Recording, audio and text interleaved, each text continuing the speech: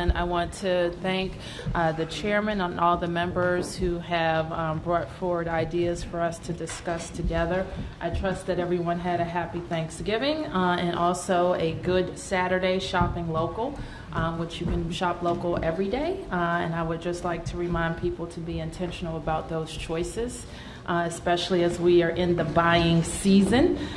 We have some important topics on the agenda today that is before you. We will have an update on short-term family housing and homeless services, an update on 311 improvements, as well as a presentation from the Chief Financial Officer on the district's infrastructure needs. Councilmember Grasso would like to provide an update on the confirmation process for the DCPS Chancellor. And I understand that Councilmember Evans would also like to speak on a specific metro issue.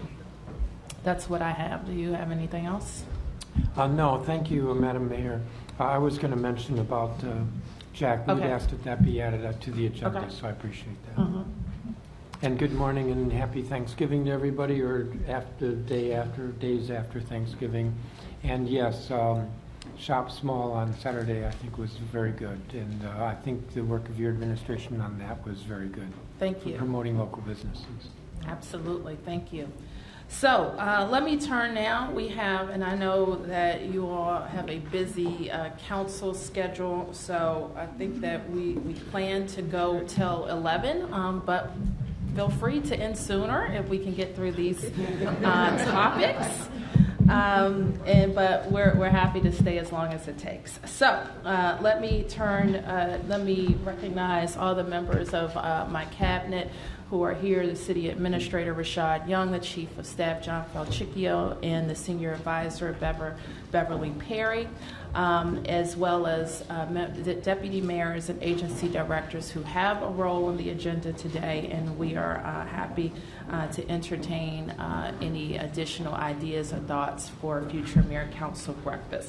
So our first item is from Director Zeilinger, who is going to talk about what we have all been focused on the last year and a half on the modernization of our homeless services system, in particular how we are addressing short-term family housing for families. I particularly want to give you an update on where we are with the council selected sites in wards 3, 5, and 6, as well as the legal challenge that has been made against me and the city as it relates to those new sites. But part of that discussion is what we're doing to the entire system. The shelters are, of course, at the end of the road. The beginning of the road is how we prevent family homelessness and homelessness in general, and how we use our system to focus on emergencies and not on as a waiting area for affordable housing. And so when we make presentations to you, as we did last year, you were very helpful in helping us modernize the legislation. There will be other times where we come to you with a similar request, and we're at one such point. I've had this discussion with the chairman of the council, and I appreciate the chairman's attention to this. And I wanted to get this in front of the members of the council as soon as possible. And the chairman has indicated to us that he would turn his attention to it at the beginning of the year. So we want to call this to your attention. I regard it as an urgent matter in how we modernize our system. So Laura? Thank you. So first I will provide an update on where we are as it relates to the short-term family housing. So you'll see on the slide that the all 8 ward strategy and where we are, as well as the expected, all the way through the expected construction and delivery dates for each of those projects. We are moving forward. We have the zoning approval for wards 4, 7, and 8. We are in designs for wards For wards 3, where we have new sites, wards 3, 5, and 6. Thank you, City Administrator.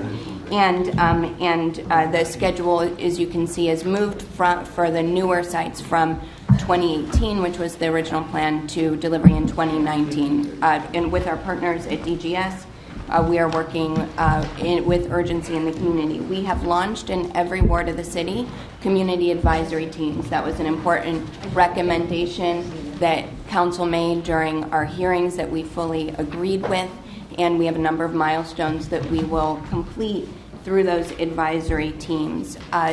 In particular, the ones that are most active right now are in the wards where we have new sites, wards 3, 5, and 6, the design of the new programs there.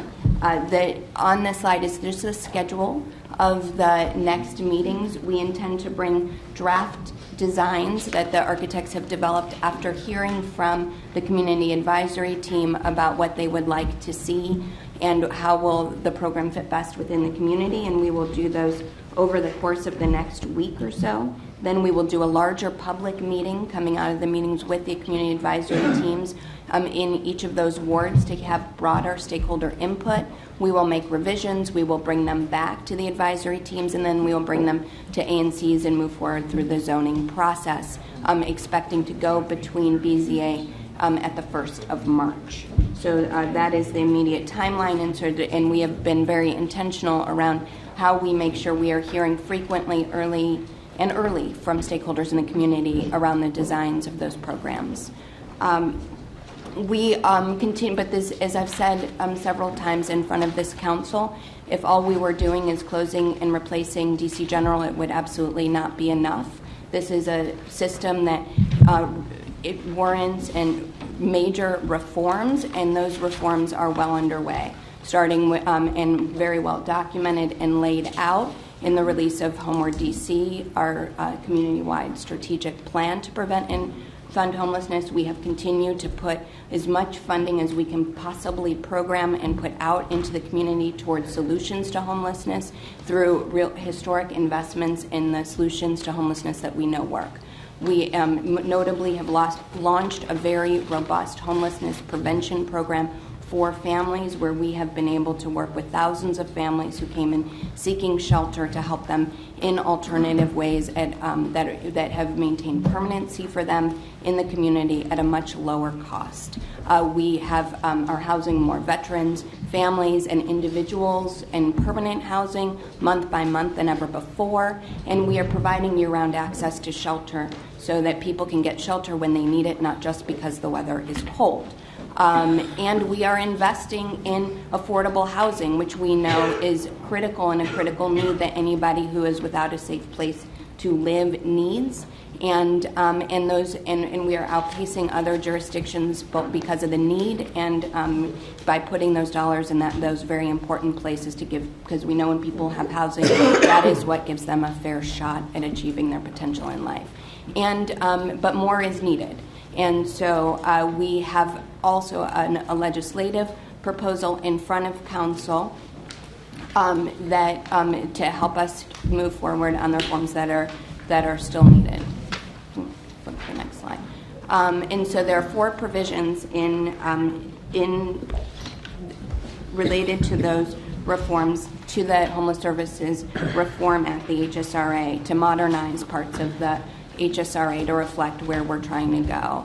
And so first and probably most impactfully is the provision that clarifies that those who have access to other safe housing do not meet the definition of homelessness for the purposes of receiving emergency shelter. They may have an important, real, affordable housing need, and the solutions for that have to do with our affordable housing system. But given that emergency shelter is the most expensive intervention that we have in the homeless services continuum, emergency shelter cannot continue to meet the need for people who have other safe housing. And the department needs to be able to do eligibility for emergency shelter in a way that reflects that. It also authorizes the district to redetermine eligibility for services, as we do with all other public benefit programs that the Department of Human Services provides when situations change, and that is warranted. It also creates a fair and more accurate standard to fulfill what I think was Council's intention in providing a residency preference in the law to make it more consistent with other jurisdictions and and have it be just less wide open. And also exempts medical respite from the continuum of care, recognizing that it's a service provided based on medical necessity, and medical necessity should be the overriding determination of whether somebody's in a medical respite bed, rather than the other provisions that more appropriately govern the way homeless services are administered. And I wanted to share with you sort of a sense of why we feel urgency on these actions. Now, I know any time we open up the HSRA for changes, it is controversial and it is hard. That people want to see protections in place, as do we. But the reason why we feel urgency is that the system, the way it's operating today, without those provisions, becomes a catch-all for a lot of people with a lot of needs beyond homeless services, and it is incredibly costly in a way that we are not going to be able to afford in the long run. Every night, for example, we spend $80,000 right now in motels because of the way we are overflowed outside our system. Now we're evolving our system so that our housing placements are just about keeping pace with entries into the system. But as we go into hypothermia season and lose some discretion around the way we need to do eligibility, we will continue to find ourselves in this crisis. In a crisis, and we need to be able to, for a system, reserve shelter for those in a housing crisis, as we've said. We also Laura, know. Let me jump in for a second, because I think it's important that the 4 bullet points that are outlined under urgent action are simply, when we talk about the legislative changes that we need, they're embodied in those 4 points. I think further in the presentation, there's just also some information for you about what the residency requirements are around the region. And you can see that other jurisdictions that don't have a right to shelter, even for the people that they are sheltering, they have pretty significant and fair ways to determine if they are their residents that they're serving. So I just want to point that out to you as well. And we are better, and I want to thank DHS and Laura and with the focus on making sure that we are better able to track non-DC residents that are seeking services in DC. So our data around that is more robust, even more robust than it was last year when we came to you for some changes. So we believe that the data is backing up the request that we're making. So I wanted to put these issues on the table, make very clear what the 4 changes are that we are seeking, and just emphasize how urgent we think it is, even though there will be many well-meaning people who say we shouldn't do it. We can't very well say that we're moving forward with shelter plans and not at the same time tell the taxpayers of the District of Columbia that we're making the system act in the way that it's supposed to act, as an emergency stop for DC residents, not as a queue for everybody in the region who's waiting for services. And that's kind of where we are now. So I think that we're going to kind of abbreviate what we plan to say and make ourselves available for any questions. Melissa? I recognized you first. Okay. Good morning. I don't think I have a microphone. Thank you. Good morning, and thank you very much, Mayor Bowser and Director Zeilinger. I just want to I know that we had a slide about the urgency of the matter, but it seems like this is a sustainability issue for long term. And there's not, like, the urgency is clear, but it's an urgency of how are we going to sustain our homeless system. So I think there's always a concern. It's almost December. We're doing this on emergency. It's on a tight time frame, goes into effect immediately. Like, if this is really a budget issue, which is what I'm hearing, why not have a hearing on the permanent bill if the chairman is willing to reintroduce it in January, and then we can have a full hearing on it, because I know there are concerns about language issues in the emergency legislation. Let me take a shot at answering that.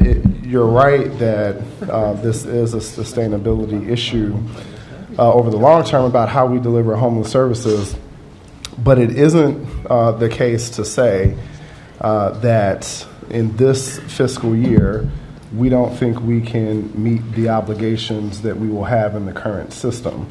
So when you talk about, I say that to say the need to move expeditiously and consider this as an emergency is because we need to be about the business of changing the system so it works better for families, while also recognizing that if we continue business in this manner, we will have some significant financial challenges and strains. So it isn't because the budget is difficult that we're pushing so quickly to get this done. It is sort of a consequence of the system that we've had for a while.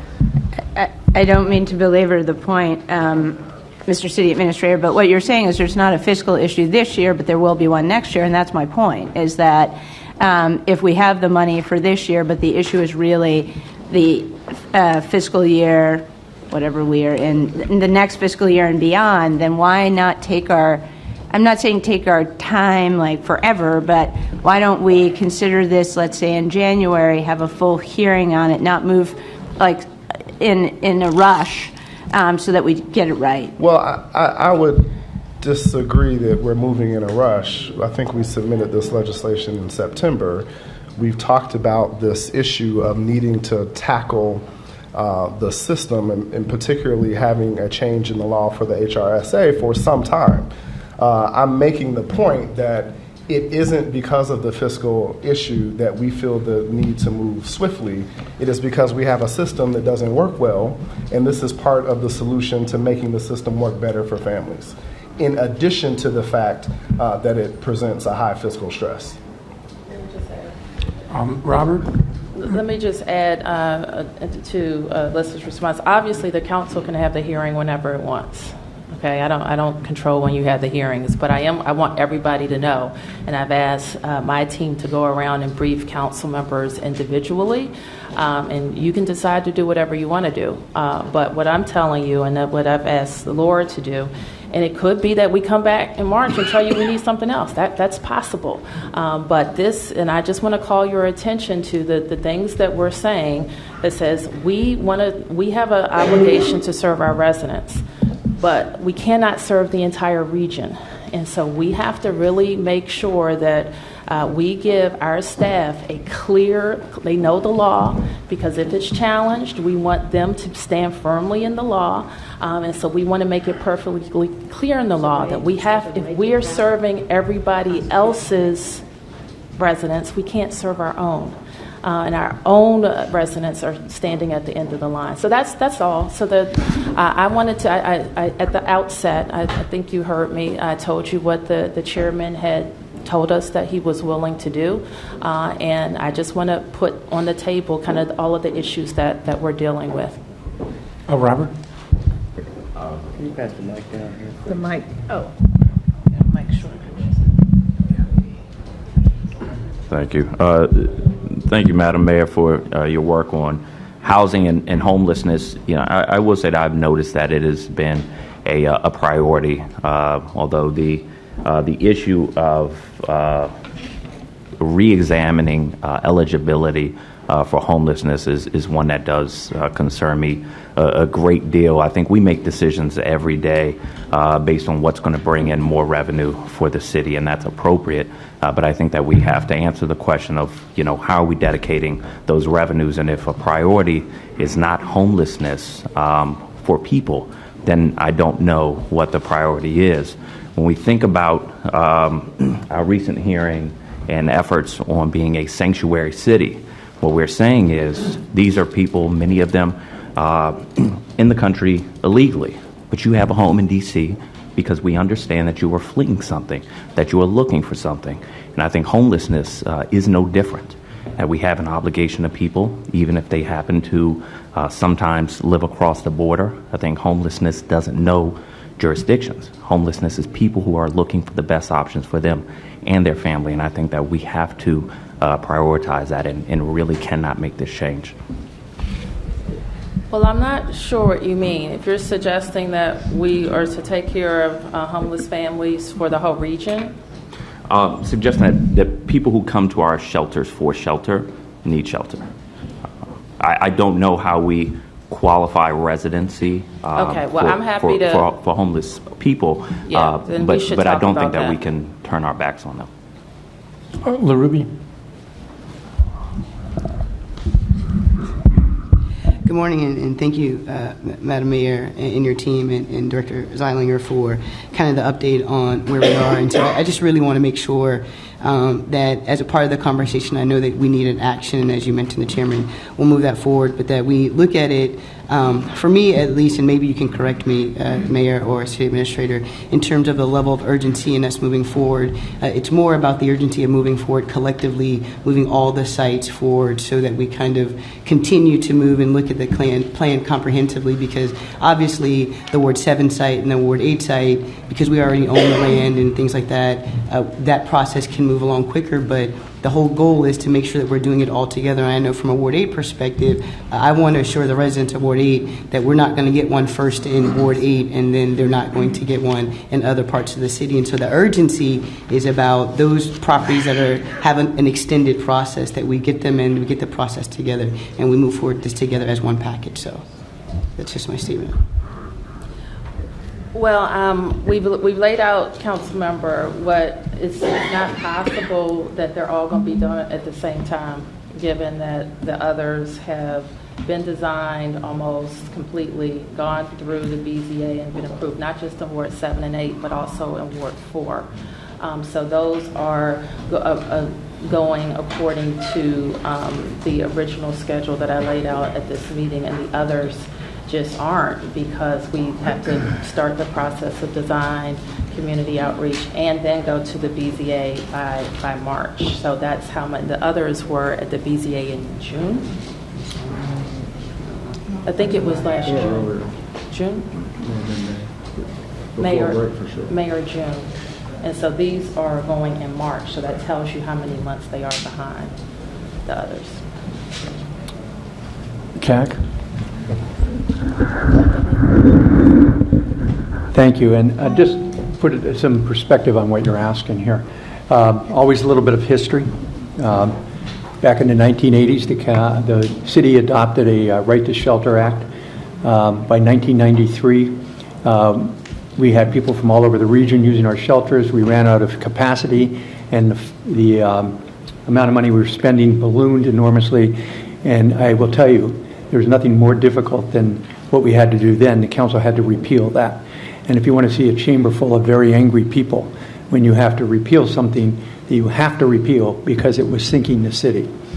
I think what Laura is asking here for, and I think since I've been on the council, we have always had the position that our shelters are for district residents. They're not for non-district residents. That's what our position has always been. It may not be the humanitarian position everyone would love, but that's always been our position. What Laura's asking for is the ability to make sure through these amendments that people coming into our shelters are district residents.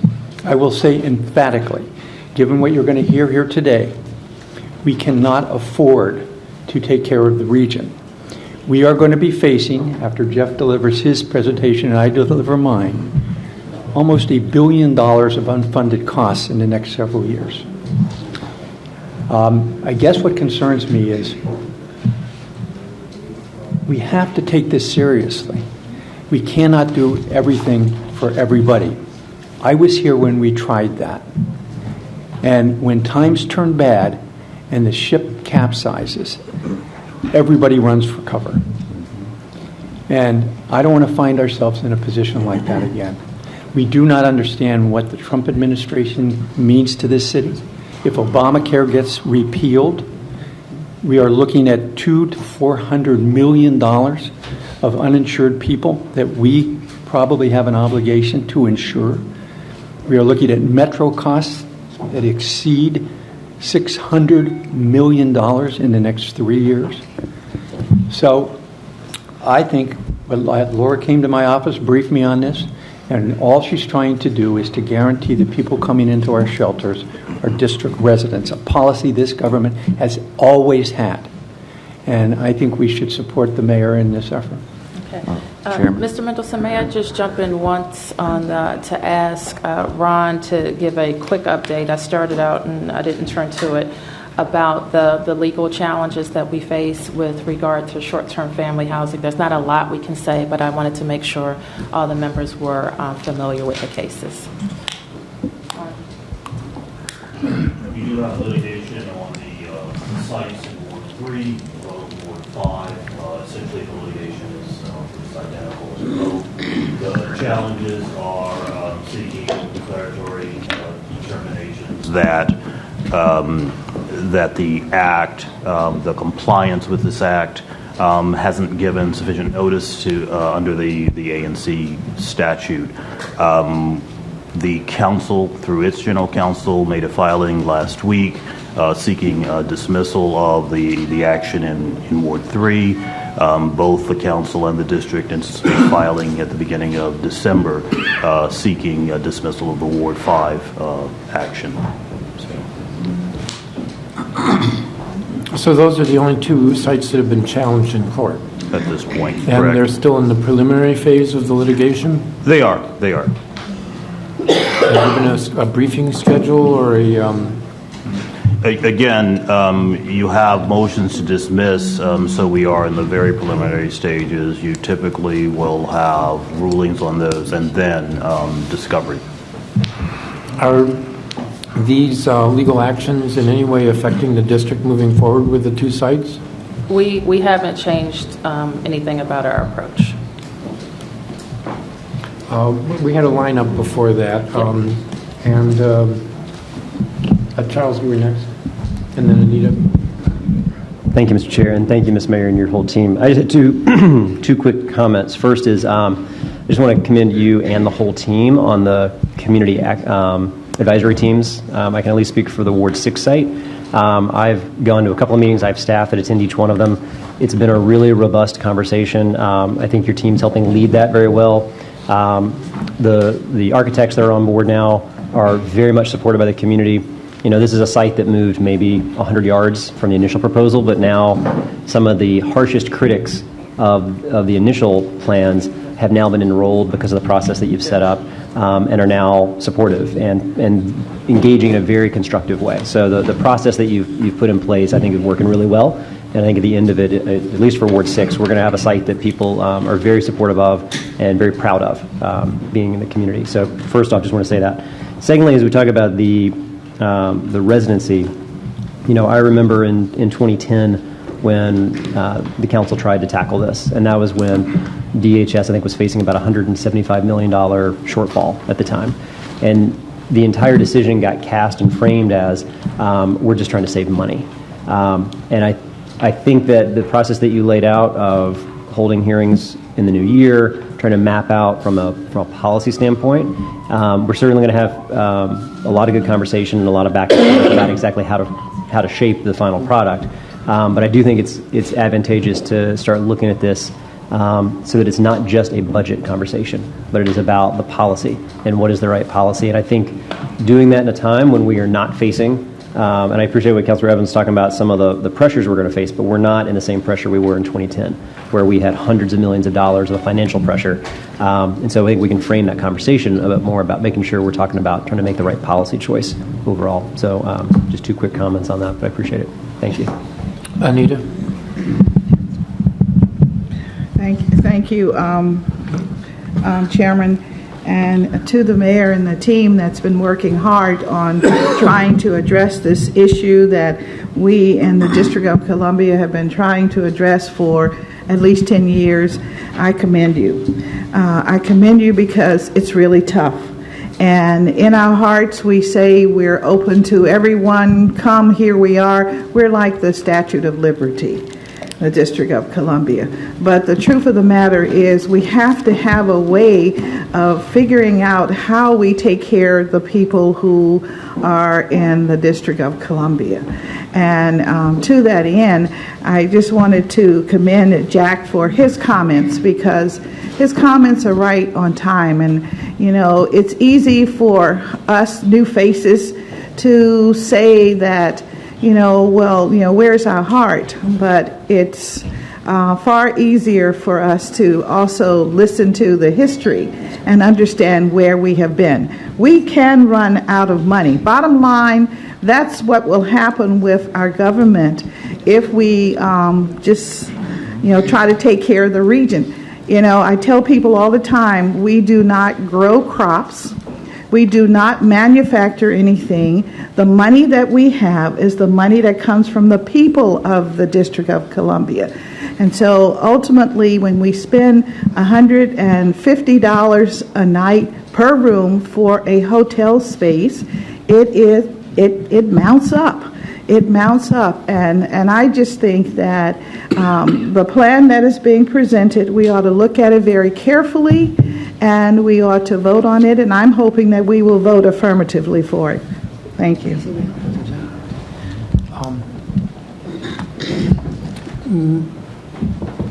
Madam Mayor, I'd just like to suggest that because we have other items on the agenda, that maybe we move on from this. Okay. If that's okay. I think there was one last thing, if you don't mind, that Laura wanted to add. So I would just like to make just a summary point, and it's illustrated in the graph on the slide 10, which is that we are operating year-round a very compassionate system that is able to really look at somebody's intention to come to the district to live versus they are just need some advocacy to get the help where they were living before, and counsel them and support them while still reserving shelter for district residents, as well as helping people who have a home to go back home. So going from pretty much 0% of applicants at Virginia Williams in the year prior being able to access shelter outside of hypothermia season, we have made huge changes to that. But when we lose control, that's when it spikes, and that's when the sustainability of the protections we have in place in the law are called into question, and just the unprecedented costs. So we believe we have a track record of creating a humane system that can operate year-round, and what we're trying to do is to create that consistency, because quite honestly, while safety is critical, so the $150 a night that it costs for a hotel room and the services on top of that, those are not the solutions. That those are dollars that would be much better invested in the affordable housing that residents need. That's all. Shall we move on to 2 and 1? Let's do it. Thank you. I think that many of you have talked, you talked to us about the calls that constituents have related to getting a government service. And we wanted to bring to your attention some improvements that have been made at 311, including bringing on many more operators to take those calls. And we're very pleased with the leadership Director Holmes has in bringing those improvements to 311. And I wanted to turn to Director Holmes for a brief update. Good morning. Good morning. First I'm going to give you an overview of the Office of Ineffective. The Office of Ineffective. Just tap it, see if it may just need to be closer to you. There we go. So the Office of Unified Communications is responsible for 911 and 311 services for the district. Today we're going to talk about the 311 side of things. 311 receives about 1.8 million calls a year for service. It's a 24/7 call center. Currently, we have about 157 service request types, and so that includes service requests for boat collection, trash collection, alley cleanup. Here you have a couple of the agencies that we serve. We serve about 14 agencies total at this time. These are probably our higher or our hard hitters, DMV, DDOT, DPW. And as far as our service requests, our top service requests would probably just be general information, general government information. So individuals call 311 just to find out where an office is, what's the number to an office, hours and such. So this starts with the identification of underperformance. I arrived here in January, and I would think maybe around March, we started noticing just a slight decrease in our performance that we wanted to address. And here you can see our average call time. Our average call time or average wait time was over 6 minutes, and that is unacceptable. I know how frustrating it would be to be on hold for 6 minutes just to report a missed trash collection or for boat pickup. I'm sorry. Oh, okay.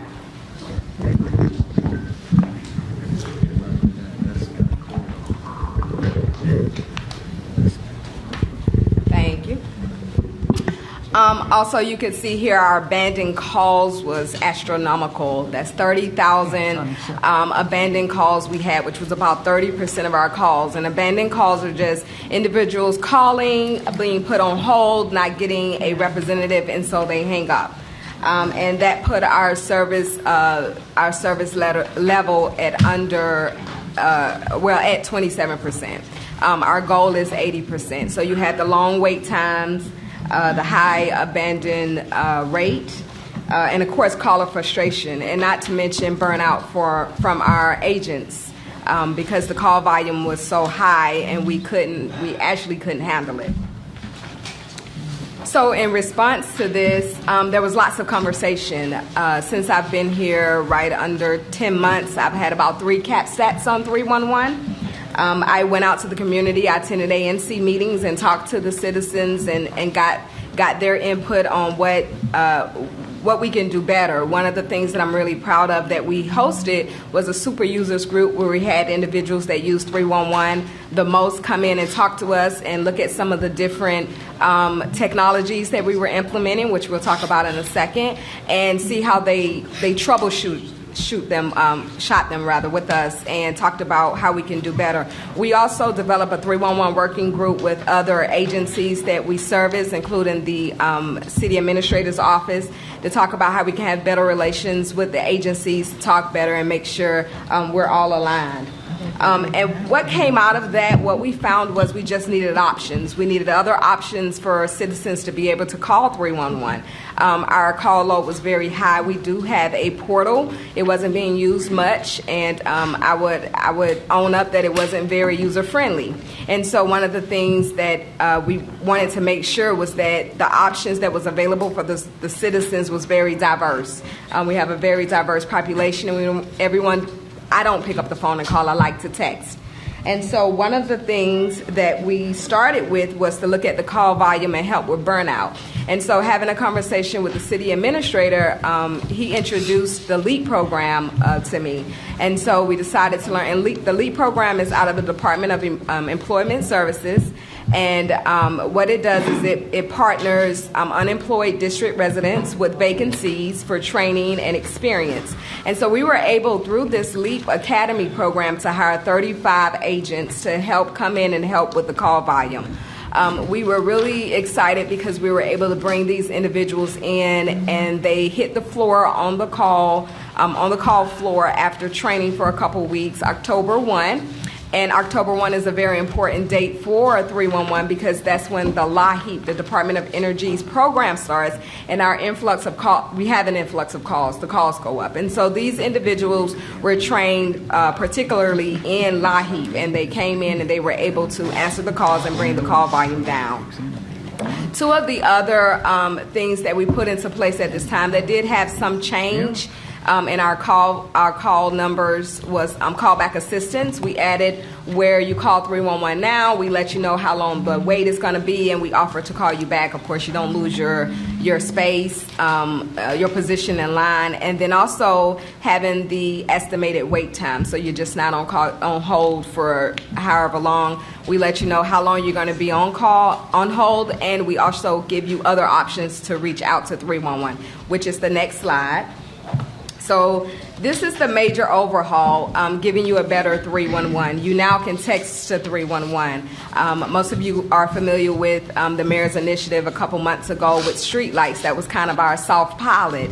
You were able to text street light to 311, and it would bounce back a message, and you go back and forth with an automated system, and you can put in a request to get a street light fixed. We have now added that service to our top 6 service requests. So bulk collection, trash, mistrashed, parking meter. You can now actually text parking meter, text meter to 32311, and it'll bounce back a message, and you can put in a full service request from the beginning to you get a confirmation number.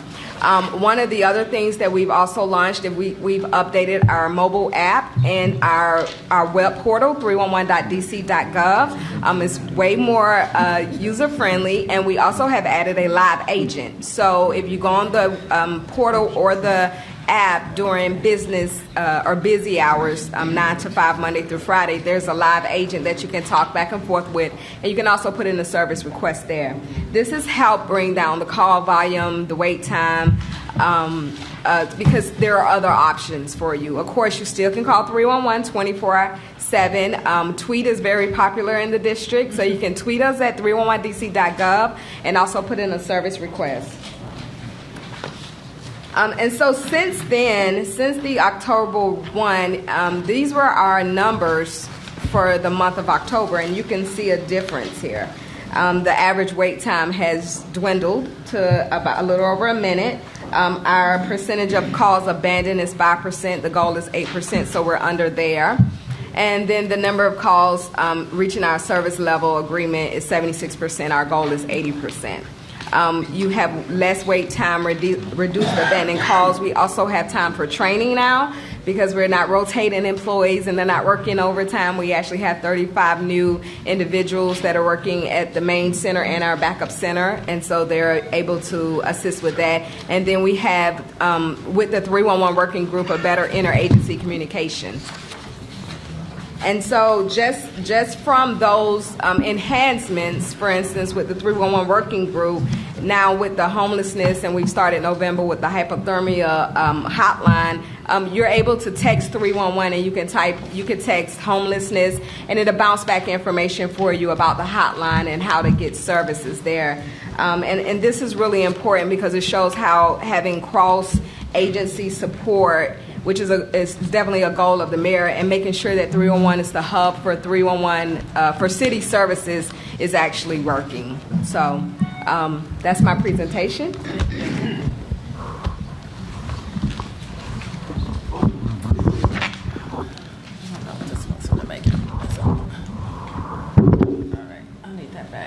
Oh.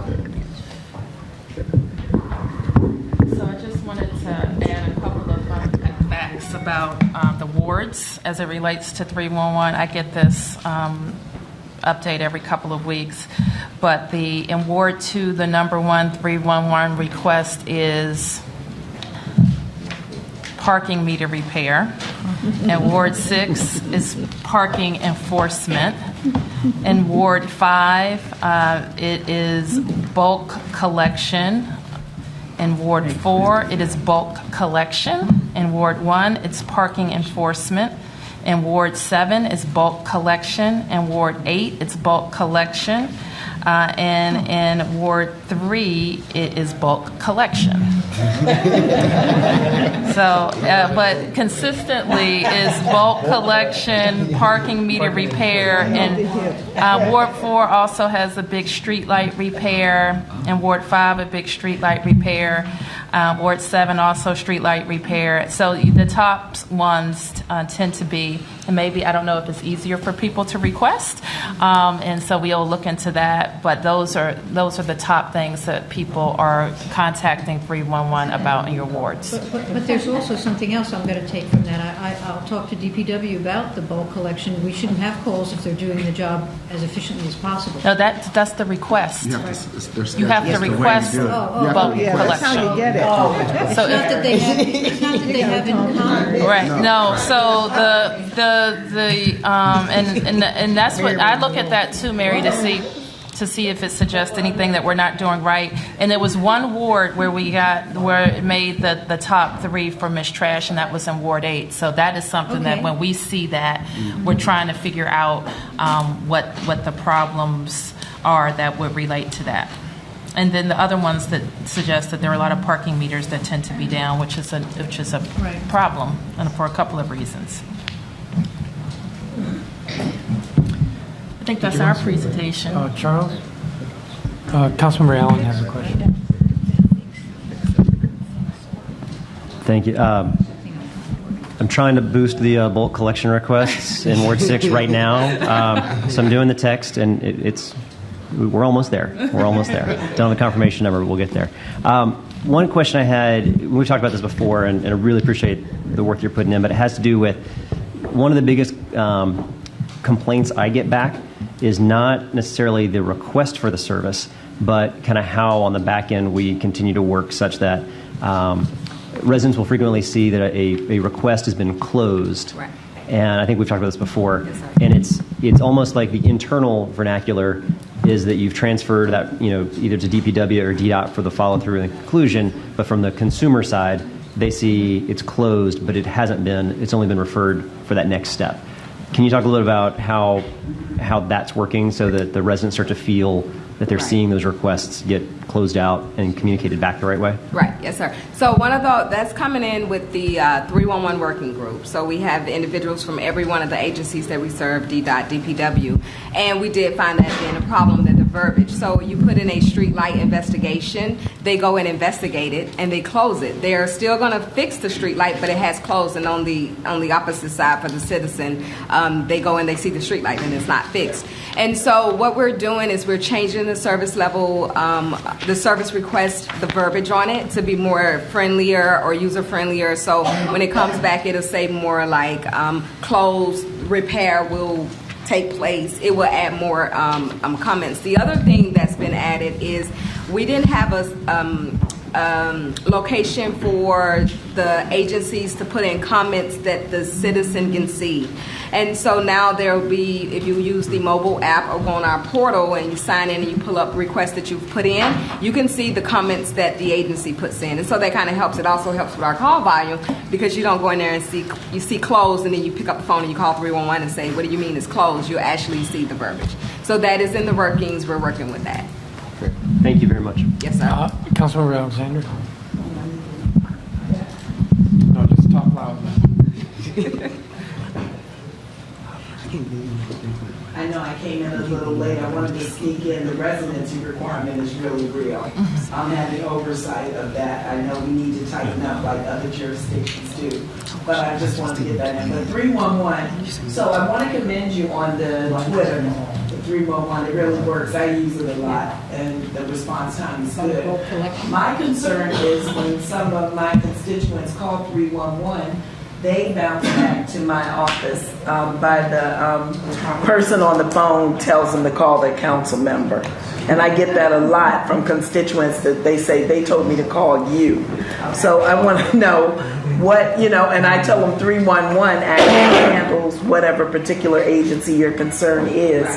So I was wondering what would indicate the operator telling the constituent to call the council member back.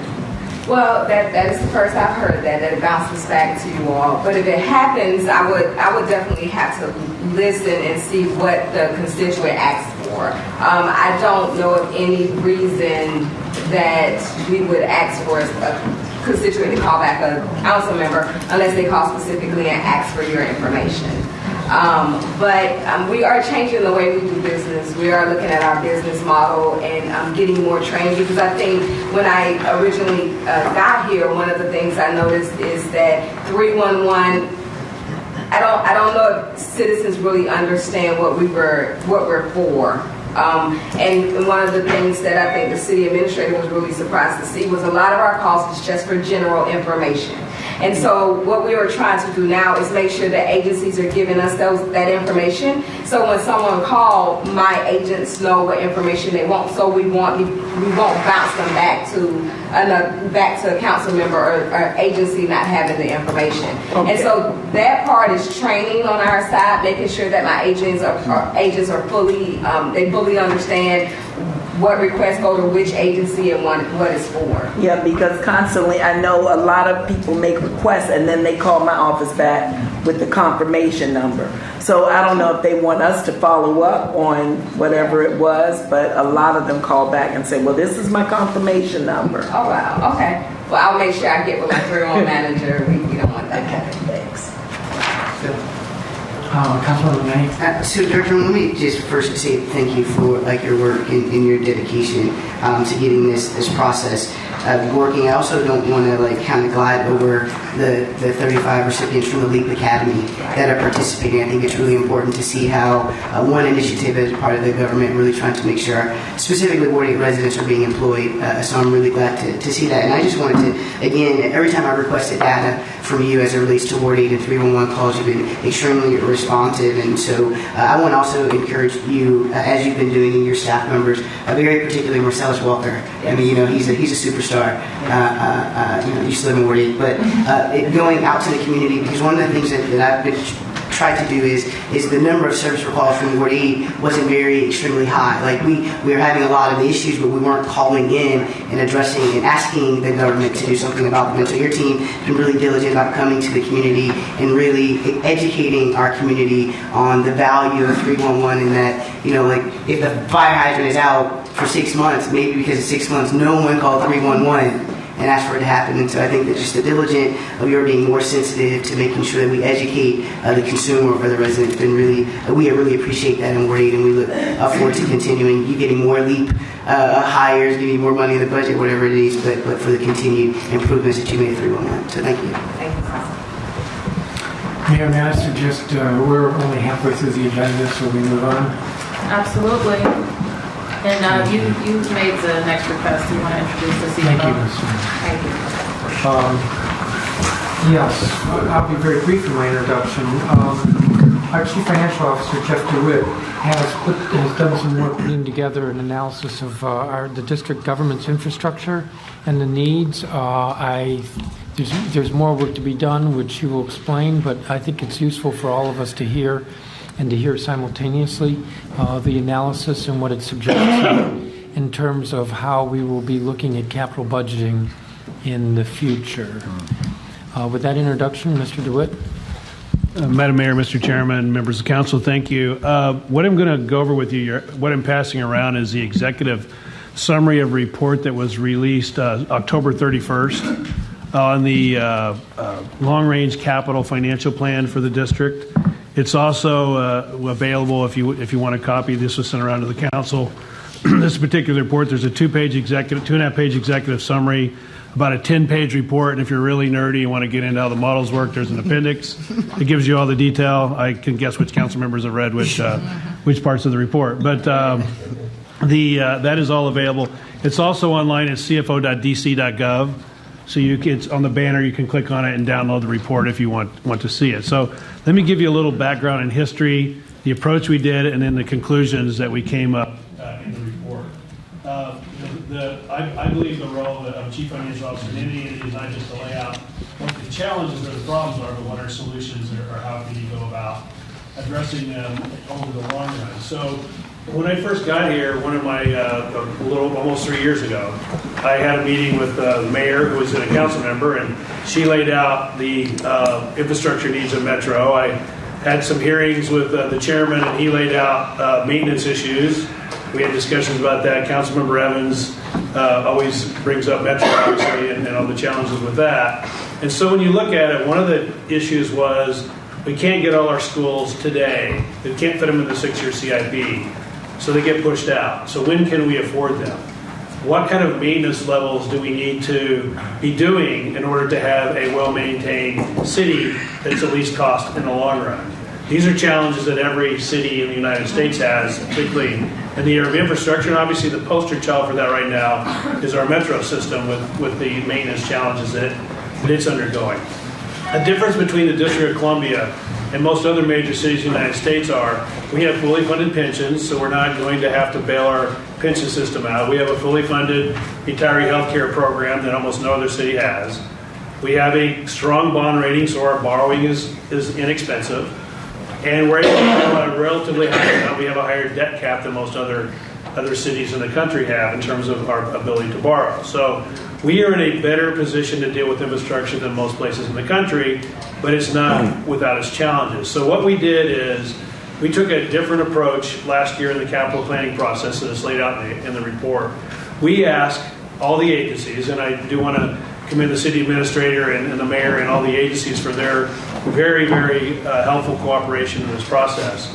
We went through and said, let's look at all of our needs, not constrained by a debt cap, not constrained by how much money we have to pay debt service, not constrained by what's in the budget. Tell us what you need and what we need to do. And let's take a look at that and let's rank it, score it, prioritize it, and ensure that the most important ones get funded in the 6-year capital program. And that was about $6.2 billion with a B, $6.2 billion. So that's a very significant size capital program. But the needs exceeded that by over $4 billion, so things that we should do. So we are, again, fortunate that we're in a city that's growing. We're growing on our forecast nearly 3% a year.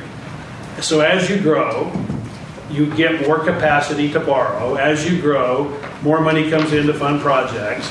Not in a city where we're declining in population, where our infrastructure is deteriorating and we're declining in population. So we have lots of things going for us to help in that category. So we literally took every single project and we scored it, ranked it with the mayor's office and with the agencies, and determined what their priorities were, so we know the rank of every single project going down. We know what fit in, we know what didn't. So we know the rank of everything that's not funded. The second level that we're going to, and this is going into the future, we're doing a condition assessment of every single asset. So we'll know when a roof needs to be replaced on a school, when the physical plant needs to be replaced in a school, what's the condition of our sidewalks, and what does it cost you if you defer it for 5 years? What if you don't fix a pothole? At some point the pothole becomes a repaving or a rescraping. What if you don't paint a bridge? Morrow Street Bridge. Federal government's issue, not ours, but it's going to affect us.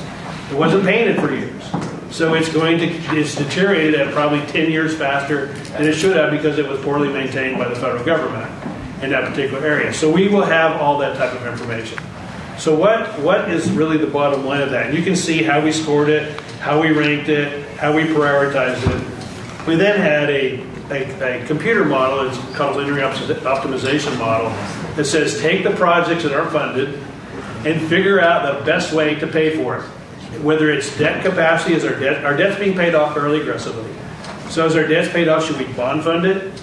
And should we be pay-as-you-go fund it? Can we look for federal grants? It goes through all those unfunded projects and says what's the best way to fund them as quickly as possible and what's the optimal solution, the least cost, to get all your infrastructure needs met. And when I say that, I mean a city where all of our assets are maintained at a high level. Our streets are in great shape. Our schools don't have to be rebuilt. Once we fix them and get them rebuilt, they stay that way for a very, very long time, forever. If you maintain your house well, you don't have to tear your house down and rebuild it. You can keep doing it. An example might be your roof. And I'll give an example of that. You have a house, and the builder comes out and says, you know, your asphalt, the shingles are peeling a little bit, you might want to get your roof replaced. You know, I'm going to put that off for a couple of years because I got other things I'd like to do. I'd like to remodel my kitchen. And then comes back later and says, you know, your roof really needs to be repaired. It's over 25 years old. And sooner or later you do nothing, and the roof leaks, and your ceiling needs to be replaced, and your furniture gets destroyed, and your carpet gets destroyed because you didn't fix your roof. This model helps you look at those types of things and what the cost of it is. So if you'll take a look at the handout that I gave you, and I'll show you on the second page of the this is the executive summary, 2.5 pages, a 5-minute read. This shows you as a result of all that analysis, prioritization, figuring out how to fund things. There's about in the 6-year CIP, there's about $1.9 billion of unfunded maintenance needs that we should be putting money into. There's a little over $2.2 billion of projects we need to do, but weren't able to fit it into the 6-year CIP. So it's about $4.2 billion. Now, again, we're growing, so it's not it's not when you get it, it's not if you get it, it's when you get it. How long do you have to wait till you grow enough to afford that new thing you want to do? And how long do you defer the maintenance so it gets more and more expensive? So that's the problem. Now, this is excluding Metro, which is a whole different challenge and a different issue in itself, which I talked about to you the last time I was here for the Mayor Council breakfast. And this also has public-private partnerships identified that are in the report that shows you all the P3 public-private partnership opportunities, which will also help us solve some of our capital problems. So turn to the last page of the 2.5-page executive summary I gave you. And this tells you the solution, which is not going to be easy, but it is more solvable here than most any place in the country. It tells you if you don't do anything and you just wait for growth and paying off debt and don't put any more money into pay-as-you-go, don't do anything, you're going to have to wait till 2033 to get all the stuff you want. Probably not acceptable to anyone in this room or the public. If you put $100 million in, you can move that up to 2031. If you put $200 million in, you can move it up to 2028.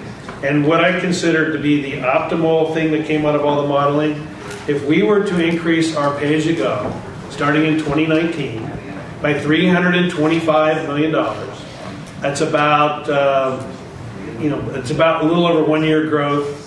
That's about 3.7% of the budget. Not an easy choice because we have all these other things. You heard the discussion on homeless services and other things we need to do. You could forever, or for as long as you can look out, have that money dedicated to your maintenance of your projects. You would have all your assets maintained at a high level. And then the other things you don't have, the debt capacity is becoming available in the range of $500 to $600 million every year as we're paying off debt. So with debt funding and a $325 million increase in pay-as-you-go above what we're doing now, that means the law we have in place that says 25% of growth goes to pay-as-you-go, you got to keep that going. You got to do all the things that are on the books already. Put $325 million a year in, you can have some of the best maintained streets, some of the best maintained schools, some of the best maintained buildings, be one of the best maintained cities in the country. And we assume starting that in 2019. Now, it doesn't mean you have to do it in 2019. You could do a little bit now, a little bit later. This is a long-term solution of a problem that's been a long-term problem in this city and every city in the country. But it tells you the path to get there. So that is what the report says in a nutshell. Pay-as-you-go, increasing it by $325 million, taking our debt capacity when we pay off our debt, using it and taking the savings from when it's paid off, using it in infrastructure, we can solve our long-term infrastructure issues. Metro aside. So just on that, I sent a letter last night or yesterday evening out to the mayor and all the council members that you all should have a copy of, which lays out the Metro challenges that we have in terms of their increased requests for operating funds, 15% increase, 7% increase for next year, and a 10% increase in operating, and a significantly larger capital request than we saw last year of what the general manager says their capital needs are. Now, this is in the early phases of that, but the point of that letter shows you the significant impact on our CIP in the coming budget and our operating budget in the coming year just for those requests. There's obviously going to be lots of dialogue, lots of discussion. But as I said in the letter, and as I said to you last time, and as I said to the region, I'll be talking to the Northern Virginia Transportation Authority this Thursday, along with the Council of Governments about that. We have to find a dedicated funding source, or this is going to be a problem on top of the one that we already have. And literally the Metro numbers that came out last night or yesterday evening from the general manager for the December 1 board are on the higher end, on the high end of the analysis that I gave you last time in terms of what he believes the next 10-year infrastructure needs are. So Metro needs to be addressed, I believe, separately, and the report lays out how we address our internal issues, which are not inconsequential. Again, I had a long discussion with all three rating agencies about this report. We had our credit ratings sustained recently by all three rating agencies at their high level as we're preparing to do our bond program. They were impressed with what we have and what we know. I would say we have better information about our long-range infrastructure needs in any city in the United States. I can say that conclusively. We know what we need to do. Most cities don't even have a clue what they need to do. They just know they got infrastructure problems, but they don't know what the solution is. So that is a summary. The report, again, is online. It's the main report is only about 10 pages long, so you can take a look at that and see in detail the things I just described to you. But that is, again, doesn't need to be addressed immediately. It gives us a long-term challenge of what we need to do. In the coming years, we will continue doing the assessments of all the assets, so we'll know exactly which assets that 325 needs to go into to minimize the life cycle cost. You want to fix something before the roof leaks, under my analogy, not wait till it leaks and you need to replace the ceiling. And so those types of details will be coming in the coming years as we do those assessments. We're probably about 15% through the detailed assessments.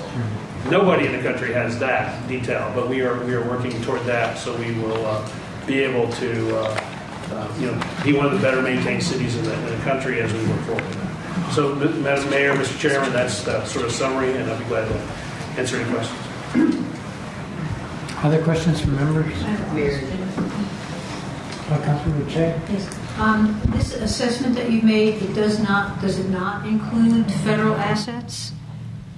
It includes anything we're responsible financially for. Okay, and so how does that work in terms of our match with roads? So it is our share of the roads that we need to do. So the assumption would be we'd have to continue to get the federal funding we're already getting. Okay, so you're making an assumption about that level continuing? Correct. From gas taxes or whatever else is being done? Correct. Okay, but it doesn't include anything about, you mentioned a bridge before that wasn't painted, so it doesn't include any of those assets? No, it does not. That's correct. Councilman Evans? Thanks. Jeff, if you could take a moment to talk a little more about the Metro letter that you sent out last night. I think the prevailing response that I get, not only from here, but everywhere in the region, is people hear what I'm saying, but the thought process is Metro will take care of this. This really isn't our problem. Somehow Metro will take care of this. Or people are just tuning me out because I keep talking about this, one or the other. But Jeff has been terrific in finally getting us good information. And I just want you to take 30 seconds. We are looking at $160 million in the next 2 years in operating costs and $492 million in capital costs. Increases that we have to put into Metro or not. And the or not is the system's just going to stop running because we don't have the capability of maintaining this thing. And your analogy about the roof is good. The red line leaks. Does anybody ride the red line? You get in the tunnel from Cleveland Park to Medical Center. It leaks like a sieve. The only way to fix it is to build a new tunnel inside the tunnel. They knew this 10 years ago. They knew it 5 years ago. We know it now. And the question I have for everybody, it's a rhetorical question, is do we ever want to address this? or do we want the tunnel, like the toilet and the bathroom, to fall through the ceiling? And it just comes down to that. I think we can continue to kick the can down the road. But at what point do you want to stop doing that? And so, Jeff, just take a minute on this letter, and the stuff that came out yesterday. The capital needs program for Metro in the next 10 years is $17.8 billion. And it's all unfunded, except for $300 million a year. All of it's unfunded. Councilmember Evans, the letter we sent last night, we received late last week a more detailed financial plan. And when you look at the financial plan we put together last year, we're assuming more normal costs like we do for all of our costs, the 3 or 4% a year. But as the general manager has tried to put an operating budget that catches up Safe Track, deals with the declining ridership, which is very significant. Yep. They're looking at 15% increases. So next year, 15% instead of 4. The next year, 10% on a 15% instead of a 4 on a 4. The next year, 10% instead of a 4 on a 4 on a 4. So that accumulates and gets bigger each year, and you'll see that in the letter. 37 million, 47 million, 75 million, 160 million total 3-year gap currently on the operating side, assuming that all gets approved by the board and assuming the general manager's proposal gets approved. If we don't do the ridership increases or we don't do the service cuts, that $37 million number could be larger.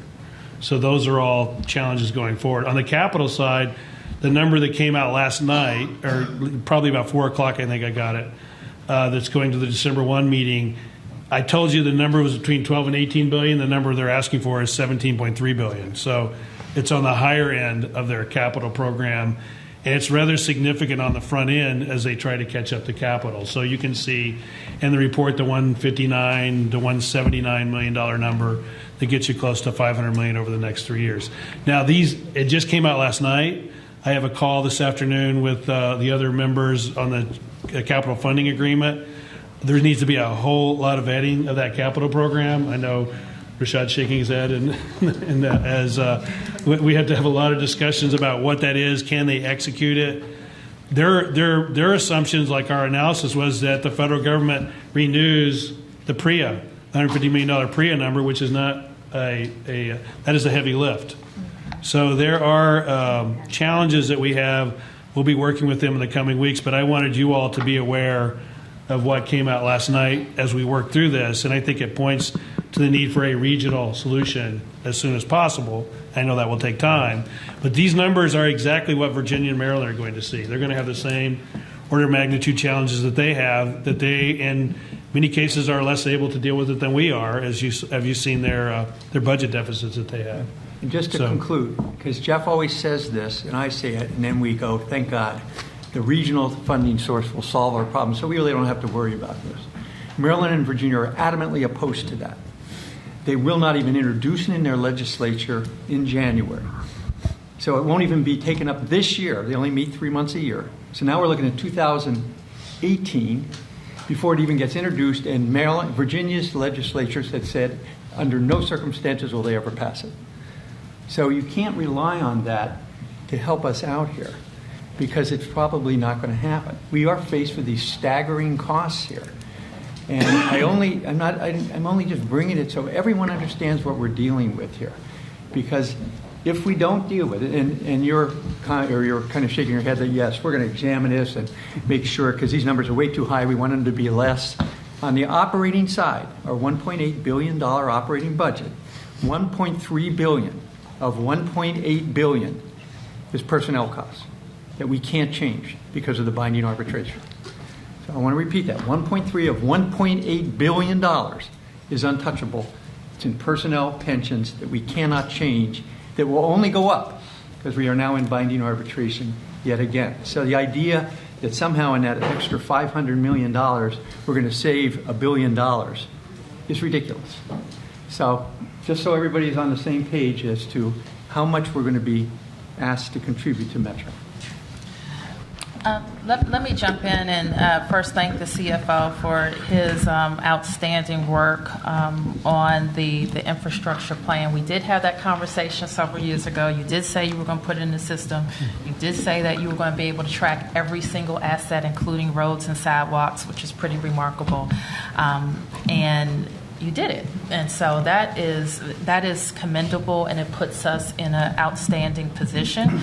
And as daunting as all of those things are, the number $325 million to get us to funding and on a track to fund our unfunded capital maintenance and capital needs is doable. If we stay focused not only on savings but on any additional revenue raised being made to invest in infrastructure, which will allow the city to continue to grow. So that's incredible. Also, to Jack's point, I don't think that my view is that Jeff DeWitt knows more about the metro finances than anybody in the region, and he took that on early on because of the impact it has on the district's ability to grow as well. And so I take heed to all the things that Jack is saying, and also the frustration that is everyone's frustration. But I think we also have to, take steps, and I know that Chairman Evans is very focused on how we change those things. How do we say to our regional partners that they can't kick it down the road? I've said to them, I want to be the mayor that works with these two governors, not some other governors, that finally addresses this. Now, a couple of things have come up that are important to getting us there. And that is Metro being accountable to all the funders about Safe Track and the metrics that it's laid out that define what success is for Safe Track. I know you've been involved, Chairman, in the COG activities around putting together those metrics and Metro delivering on those metrics. And I think that is fair, and we are certainly going to be a part of that conversation. So we know that they're doing what they say they're going to do at the time frames that they lay out. We think it's also important to be a model for the region. This council has already put in legislation to say that we would raise a sales tax in order to go into this dedicated revenue stream. But I think it's also important for us to put together model legislation that the Maryland and Virginia could also follow. We also think it's important. Now, COG is one venue to reach out to regional leaders around this issue, because I think clearly Montgomery County and Prince George's County get how important Metro is to the bottom line for that state. And I think similarly the folks in Northern Virginia get it too.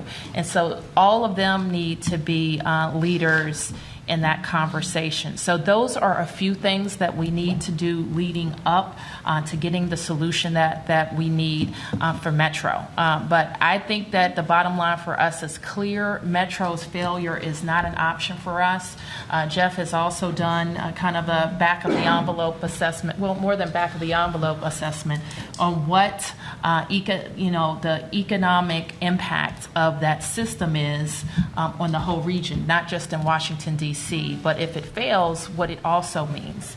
I think the number you came up with was... It's $1 billion a year if we lose 0.25% of growth due to Metro not working, and $240 million a year just for being late because the system doesn't get people in on time. Right. So in advance of a regional solution, we have to come up with the solution for the operating costs. Part of our discussion with Metro is what is going to be your part of it? What can you achieve in efficiencies? And Jack is right that I think they came back with how much in efficiencies, like $50 million in efficiency savings that they've identified internally. Jack doesn't believe there's much more at the agency. The other big thing that we, and Jeff commented on, Jack, is the capital request that they make. What does their history of spending capital suggest that they would be able to spend? Obviously, we don't want to give them more than what they can spend and more than what they can spend well. And secondly, lastly, I should say, we want to make sure that we're not funding a system that doesn't serve anybody.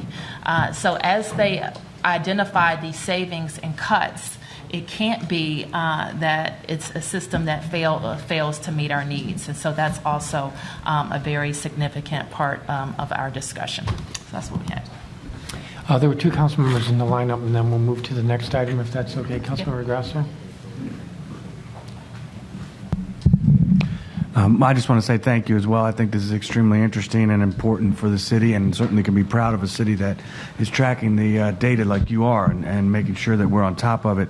I am curious how you did the assessment of the school buildings. The committee spent a lot of time worrying about this, and in fact, we just passed a law that requires that a regular assessment be done on the school buildings. And so if there's a way that you can share that information on the condition of the school buildings with the city, with the council, or with the mayor, I think it would be really useful, because right now we're asking DGS to go in and do these assessments. If you're getting it from them, then we have to question, because they're not doing a very good job right now. I mean, they're on top of it, but we need them to step it up. And so how are you getting this, the tracking of the school buildings conditions done?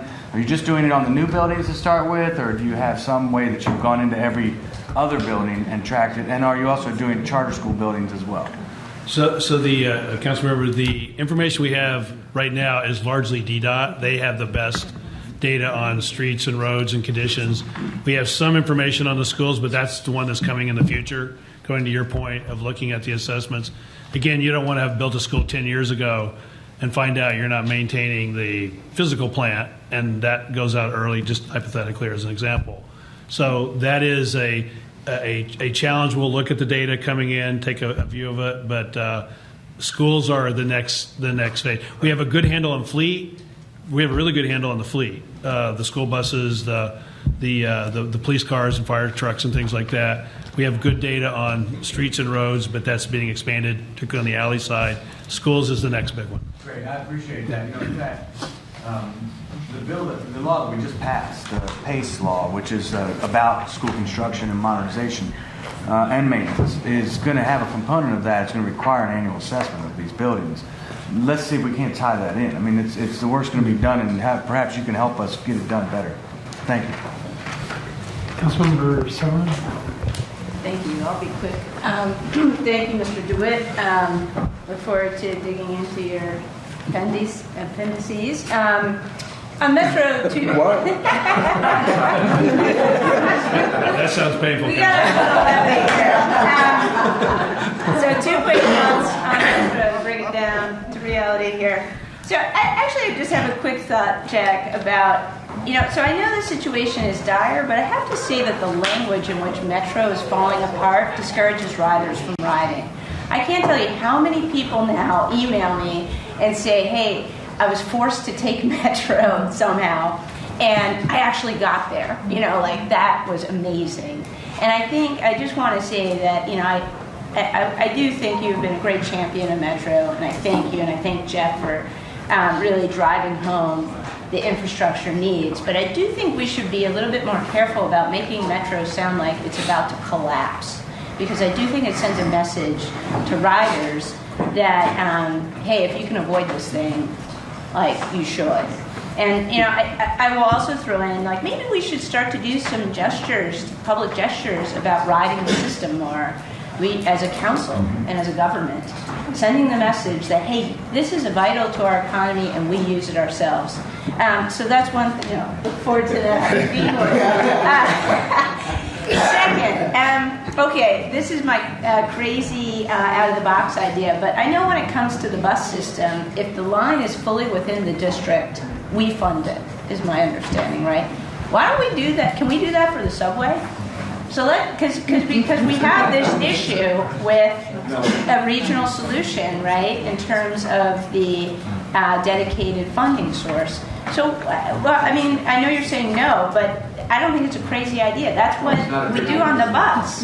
So let's just say to Maryland and Virginia, because a lot of what we're paying for is going out to Tyson's, is say that, can't we change the compact to say, we are willing as a district to fund Metro. And you guys in the suburbs, who I think are more transit dependent, are not willing to do this. So we're going to fund the parts of the system that are within our jurisdiction and send a message to the rest of the region, the district is willing to do the right thing, and, Rockville, good luck. Just a thought. Thank you. Yeah, just 2 responses on the first comment, Alyssa. It's a good point, and we're going to do that. And here's my fear of doing that. We are going to start telling good stories about Metro starting tomorrow. The general manager is delivering a major address at the National Press Club. We're going to talk about all our accomplishments for the year, of which there have been many. Just starting out of the box, we got a clean audit on time this year for the first time in 5 years. Safe track, the repairs that are being made, the goals that are being achieved. My big concern, and we're going to do that, we're going to try and allay riders' fears and get them back. We just had a big discussion at the board. My big concern is that everybody then goes back to sleep. Oh, it's okay now. And again, I cannot tell you how many times I've been around this region, twice now, and people listen. I think, Mayor, you said to me last night, and Mary, I think people tune me out anymore because I'm giving the same message, so they tune me out. It's like noise in the background. But just to your point, Yeah. riders who are on the system, Yeah. who are sitting at Union Station at 9 a.m. in rush hour with a 12-minute headway, Yeah. know that those good stories aren't the full picture. Yeah. I'm just saying, riders on the system know what's Well, going on. I hear you. So anyway, we're going to start doing that to answer your question, but I just hope it doesn't then assuage everybody that, oh, everything's now okay, because it's not even close to being okay. And then your second point is, I agree 100% with you, but the charter can only be changed when all three jurisdictions agree to change it. The funding formula for Metro Rail was devised in 1967. It makes first of all, it's not even understandable. Secondly, it doesn't even make any sense. But in order to change it, you have to get all three jurisdictions to agree. It's not understandable. Can't a bunch of lawyers come in? Councilman Allen. Councilman Allen. I would do it in a minute if I could. I'll be really brief, but I absolutely want to echo what Alyssa was saying. It's what I've been trying to say for a long time as well. When we continue to tell people how horrible Metro is and it's about to fall through, I mean, I think I'm probably one of the only people around this table that rides Metro on a regular basis. Getting on the D6 yesterday, I had somebody who said, "Wow, you ride the bus?" It's how I get home. It is absolutely something we've got to stay focused on. I absolutely credit your laser-like focus on making sure we're shoring up sustainability. But I do think as leaders, we've got to be a little bit careful about the way we talk about it, because you only exacerbate the downward spiral of Metro if we keep telling people to stay away from it and to get away, because you're not sure if you're going to get to your destination. I ride Metro pretty much every day. It's a safe ride. I put my family on Metro. I'll continue to do it, but I think as leaders, we've got to be careful about how we choose our words when we describe Metro. Mr. Chairman. Councilman Wright, and then Mayor, we have two more items, and we have three council members have hearings at 11 o'clock. So I'm going to ask if we could move on after Mr. I White. do have one thing to add after him. And I'll make it quick. Thank you, Mr. Chairman. The only thing I want to note is that Mr. DeWitt's presentation, which I very much appreciate, the way that this conversation changed so quickly to something else is indicative of exactly how sexy infrastructure needs are. And so I just want to kind of wave my hands on this a little bit to say this is great work and this is tremendously important, as easy as it is to move to something flashier and sexier. Between the work that you're doing and the mayor's creation of the Office of Public-Private Partnership in our financial situation in the district right now, this is a tremendous opportunity for us to continue to keep the city strong and vibrant. But I also think an opportunity to put people to work and to train people in a way that we are not doing so much in the construction industry now. So I really just wanted to speak to wave my hand and say, let's please not forget about these infrastructure needs. So the quick thing that I wanted to add to that, and thank you, council member, is part of the unfunded commitments that Jeff outlines are schools. And I'm not talking about maintenance now, I'm talking about new construction. And so to the extent, and every budget season we have this discussion about how we're going to get to the schools. And so it's important, and we can think about ways to help to get to that $325 million will let us finish our schools commitment sooner. So just especially for the new members, in the current CIP that was approved last year, there were 13 schools that don't have any construction dollars. 8 of those have design money but no construction money, and that's just over a half a billion dollars worth of construction. There are 5 schools not included in the CIP at all. So to get those in and constructed, there are $370 million worth of construction there. Also, there are 35 schools that got a phase 1 renovation, but not a complete renovation. And we estimate that at about another $500 million or so. So to finish the job, and our kids and neighborhoods deserve and demand that we finish the job. We're at about $1.5 billion, and that's if we start now. You noticed how in Jeff's chart, you wait a year, it gets more. You wait another year, it becomes more. And so we're very focused on how we can identify ways to close that $1.5 billion sooner. And that will allow, we have even done some work around if we're able, if we identify additional revenues, to move some schools that are currently approved up in the cycle. And so those are the types of things that I'm happy to discuss with everybody. Madam Mayor, if it's okay with you, why don't we move to the next item, which is the new Chancellor's confirmation. Yes. Councilmember Grasso wanted to speak to that. Okay, I'll be really brief, actually. First, I just want to congratulate the mayor on her process that she's gone through to get to where we are today. I think an offer has been made to the Chancellor from Oakland, or Superintendent from Oakland, Antoine Wilson. I've had a chance to meet him. I think he is a good choice, and look forward to learning more about him as we move forward with the process. And really, before I get into this, I want to thank publicly John Davis, who's the interim chancellor right now, who's doing a great job keeping our school system moving in the right direction and making sure that everything's taken care of. And he's just, I think, been a great asset to this process, and we're lucky to have him on board. So I just wanted to thank Chancellor Davis. And then I'll just tell you what we're going to do in the council now that the nominees have been sent down to us. We're going to hold 3 hearings. I put them at your seats where these hearings are going to be, just for the public. One is this Wednesday at 5 p.m. at Brookland Middle School.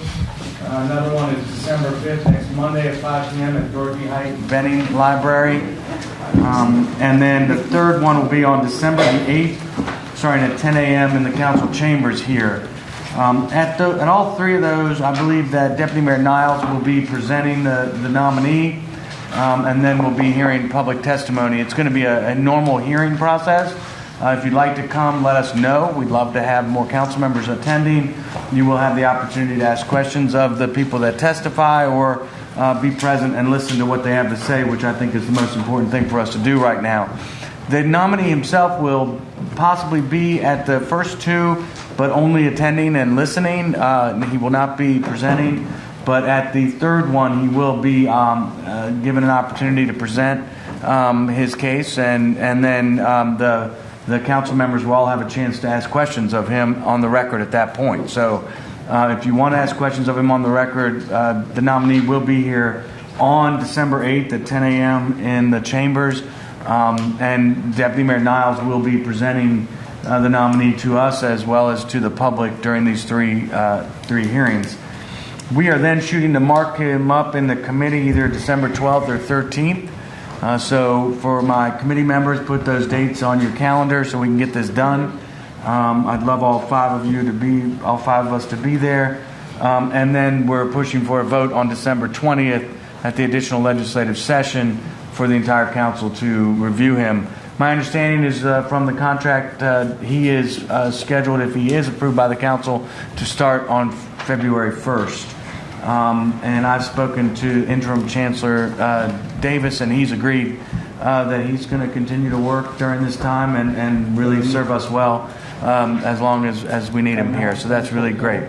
So anyway, if there's any questions, I'm happy to take them now, but it's a pretty straightforward process. I hope everyone will come out. In the meantime, if you have any questions, I'm sure that he can become available to meet with folks if you haven't met him privately, and also I'm happy to talk with you about his qualifications as well. Questions from any members?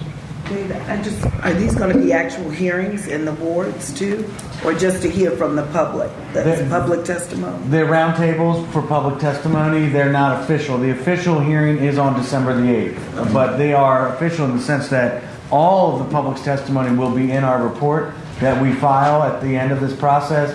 The mayor's done a great job with this process, and so we're going to make sure this is in the record and filed in the council secretary's office for the future.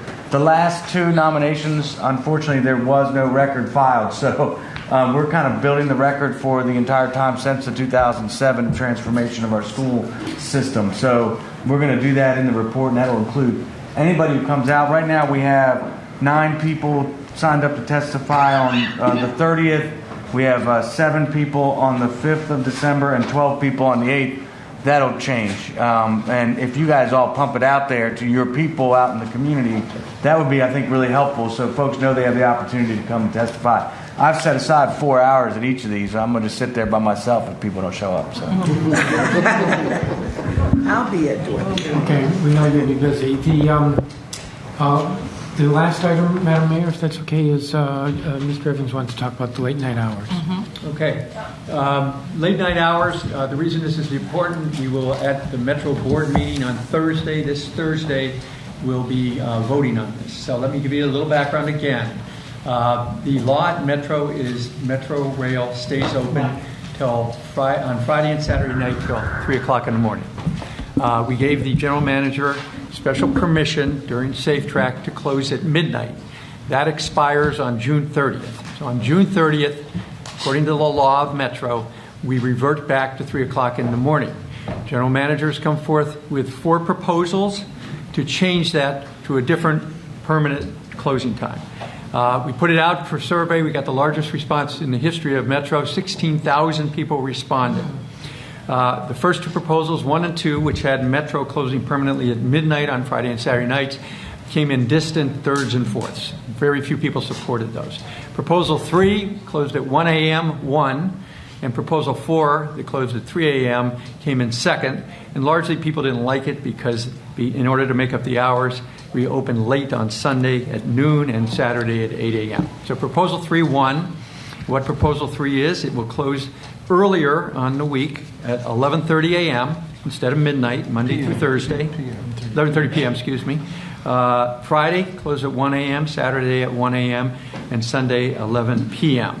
So those are what is being put forward to the board on a permanent basis.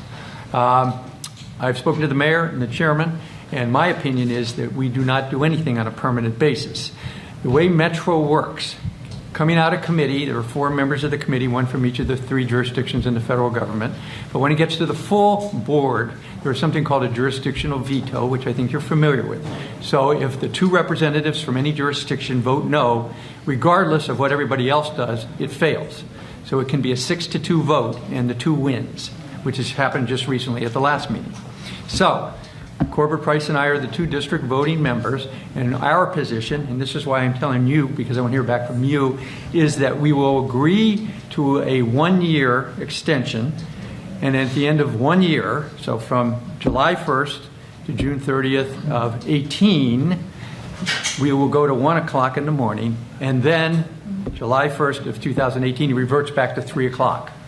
If the other board members do not agree with us, we would use our jurisdictional veto and immediately go back to 3 o'clock. That's kind of the thought process. Now, having said that, I've heard from a lot of people who don't even like that idea.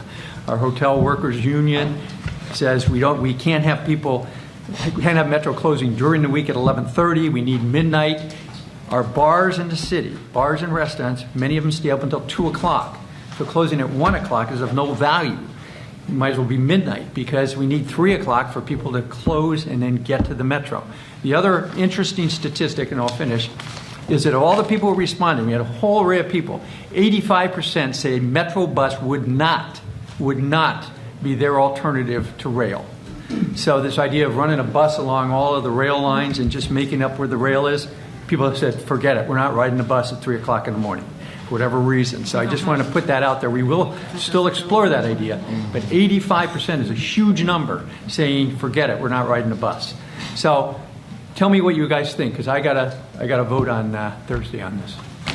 Will they ride a bus if they don't have another choice? For customers who prefer alternatives over Metro bus, taxis, Uber, and Lyft, 44%, car or carpooling, 22%, not making the trip or traveling at other times, 22%.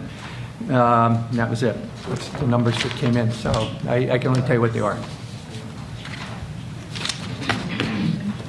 So do you want us to go with what we're talking about? Does anybody have any problems with that? Do you want to do it for another year at 1 o'clock in the morning, even though people don't like that?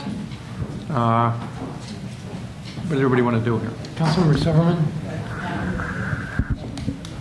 Just to be clear, Jack, so the proposal on the table, or what you would are supporting right now, is starting July 1 to have the system operate till 11:30 on weekdays and 1 a.m. on Friday and Saturday, and have that in place for a year. And then after that, if there's no other action, we go back to 3 a.m., midnight and 3 a.m.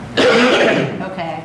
I don't know that that's what I support, but yeah, that's what we're driving towards. I don't like it. The more I hear from people, I just don't like the idea of closing at 1 o'clock. I don't know that that gets us anything. But yes, that's kind of the compromise. So I think it's hard to sort of make a decision right now. That sounds like a good compromise to me. I think my question is, so when we look at the data, there is a severe drop-off, especially on Friday and Saturday after 1 a.m. I think it's like 500 people are riding the system. Here it is. Yes.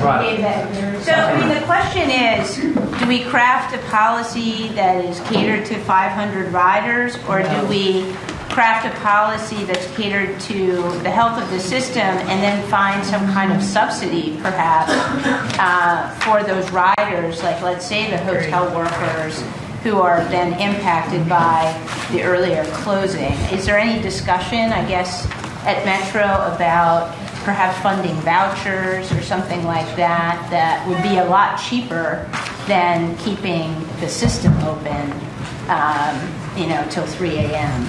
If the concern is really about workers who might be left stranded. Mm-hmm. I mean, the only discussion on the list is running the bus instead. Okay. And then, people don't want to ride the bus. But yes, that's the only discussion. It hasn't been about vouchers. I don't even know how. Metro's not capable of administering something like that. To be honest with you, it's not. Well, once again, I understand that you're dealing with a lot of complex issues, Jack, but we do vouchers all the time for other things. Once again, I guess looking at the data, if we're talking, we're talking about from 1 to 3 a.m., let's say on Friday, we're looking at basically 2,500 people. 3,000, almost right? 4,000. Yeah. What are you talking about, Dave? It's about 4,000. Mm-hmm. I'm looking. Starting from 1 a.m. Yeah. Okay, so actually, it's more than I thought. I think, can we address the issues of workers, because not all those people are workers. But if it's really an issue about the hotel shift workers not being able to get home, is there some creative solution that would be a lot cheaper than keeping the system open? I'm just a thought. Charles? Jack, just for the sake of understanding this survey, which survey was this? This was like an online survey? This was a scientific survey? What do we mean when we say it was a survey?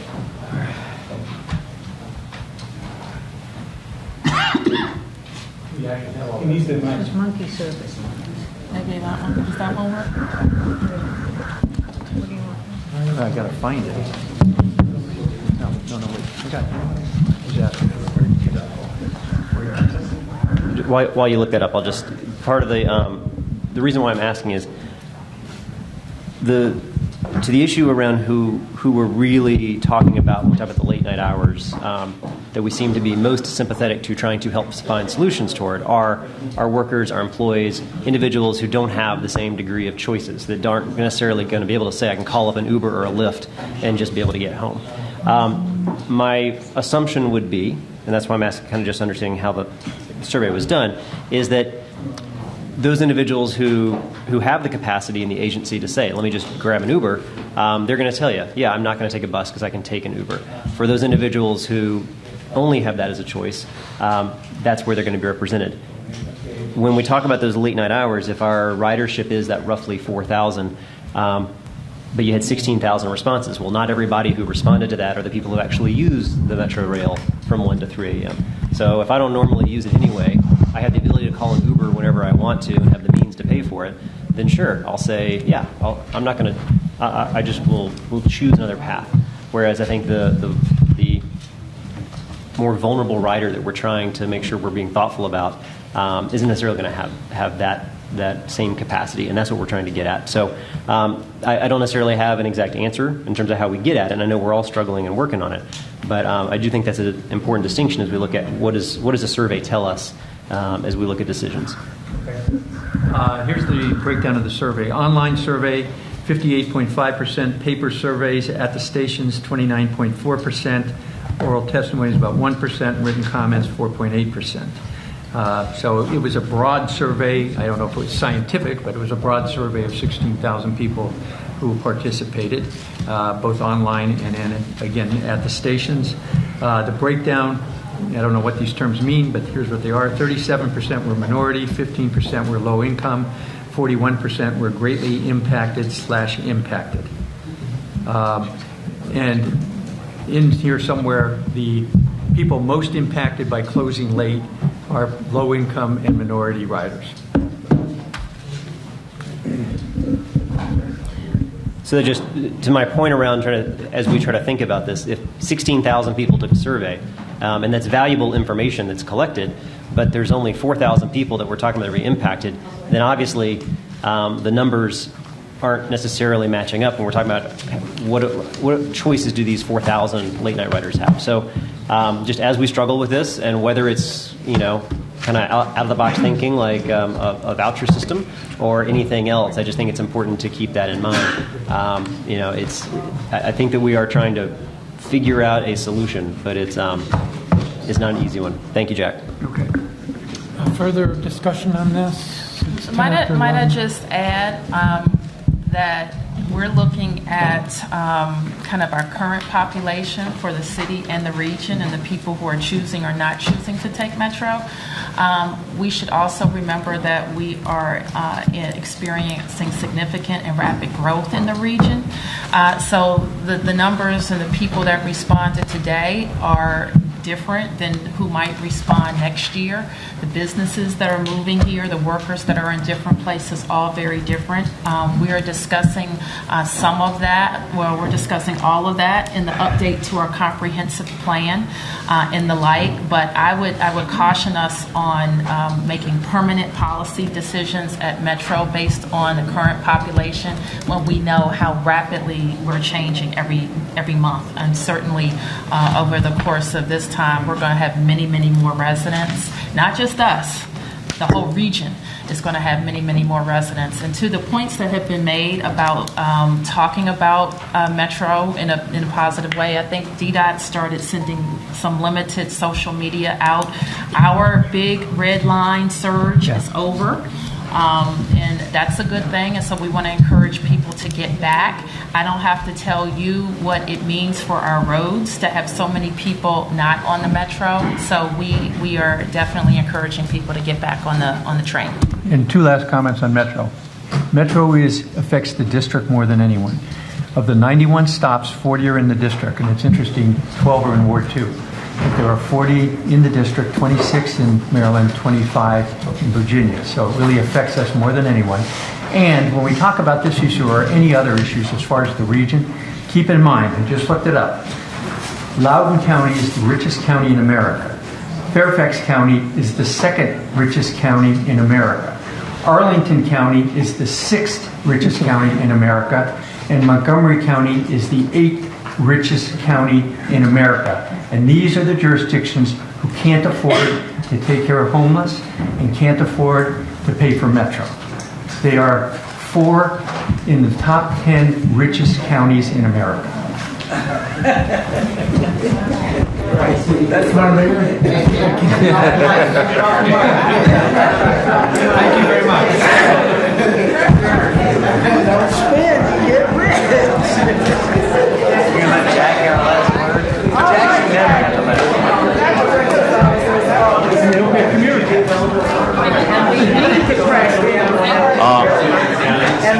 It's okay.